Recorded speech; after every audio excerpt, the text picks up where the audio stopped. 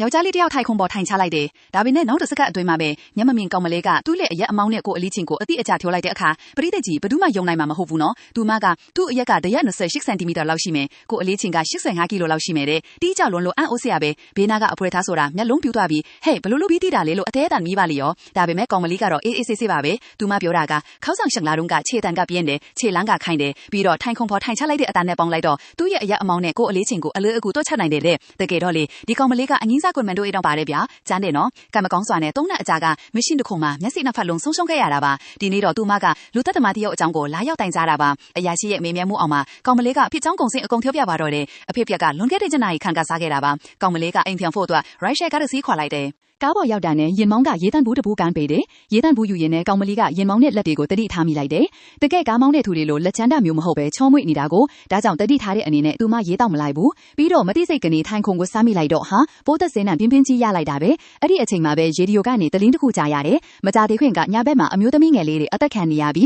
းလူသက်သမားကတော့လွတ်မြောက်နေတော့ပဲတဲ့။ကောင်မလေးတေချာနားထောင်နေတော့ပဲရှိတယ်။ရင်မောင်းကရုတ်တရက်ဘာလို့ရေးတော့မလိုက်တာလဲလို့မေးလိုက်တယ်။သူ့အတန်ကတမျိုးဖြစ်နေတာကိုကောင်မလေးတတိထားပြီးတော့ကောင်းမှုလို့ဆိုပြီးလိန်ပြောကကားရက်ပေးဖို့ပြောလိုက်တယ်။ဒါပေမဲ့မထင်မှတ်ပဲဒီလူကကားရက်ပေးယုံသားမကကားတကားတွေကိုပါဂျိန်းခနဲ့လော့ချလိုက်ပါရော။ကောင်မလေးစိတ်တို့မလို့ရှိသေးတယ်။အဲ့ဒီအချိန်မှာပဲတကယ် right share ရင်မောင်းကဖုန်းခေါ်လာပြီးဘာလို့ခုထိမရောက်သေးတာဗျာကျွန်တော်စောင့်နေတာကြာလာပြီလို့မေးပါလေရော။ကောင်မလေးဟဲဆိုပြီးတုံလုတ်သွားတယ်။ပြီးလာနဲ့ဒီလူကိုကားချက်ချင်းရပ်ဖို့အမိန့်ပေးလိုက်တယ်။ဒီတစ်ခါတော့မထင်မှတ်ပဲဒီလူကကားကိုရပ်ပေးလိုက်တယ်။ပြီးတော့လက်တင်ခုံအန်ဆွဲထဲကနေတခုခုကိုဆွဲထုတ်လိုက်တယ်။အဲ့ဒီလူတခုခုလောက်တော့မလို့ရှိတယ်။ကောင်မလေးကရုတ်တရက်ရှေ့ကိုခုံအုပ်လိုက်တယ်။ခါးဘက်နဲ့သူ့ကိုလေပင်ညစ်လိုက်တယ်။ဒါပေမဲ့သူတို့နှစ်ယောက်ရဲ့ခွန်အားကွာချမှုကအရန်ကြီးလုံးလို့ကောင်မလေး shorty short ရဲ့ဖြစ်လာတယ်။အသက်အန္တရာယ်ကိုတတိပြုမိတဲ့အချိန်မှာကောင်မလေးကကိရိယာတခုကိုဝှစ်ခနဲ့ထုတ်လိုက်ပြီးအဲ့ဒီလူကိုပြင်းပြင်းထန်ထန်ရိုက်ချလိုက်ပါတော့တဲ့။တခုလုံးတွန်သွားတဲ့အော်တန်တစ်ချက်နဲ့အတူအဲ့ဒီလူအမြန်ဆုံးမေးလဲချသွားပါတော့တဲ့။အဲ့ဒီအချိန်မှာပဲသူမရဲ့အိမ်နီးနားချင်းကဖုန်းခေါ်လာပြီးဘာလို့အိမ်မပြန်သေးတာလဲလို့မေးတယ်။ကောင်မလေးကအိမ်နီးနားချင်းကိုအထက်အဖျက်တွေအကုန်လုံးကိုအသက်အတန်ပြောပြလိုက်တယ်။အိမ်နီးနားချင်းက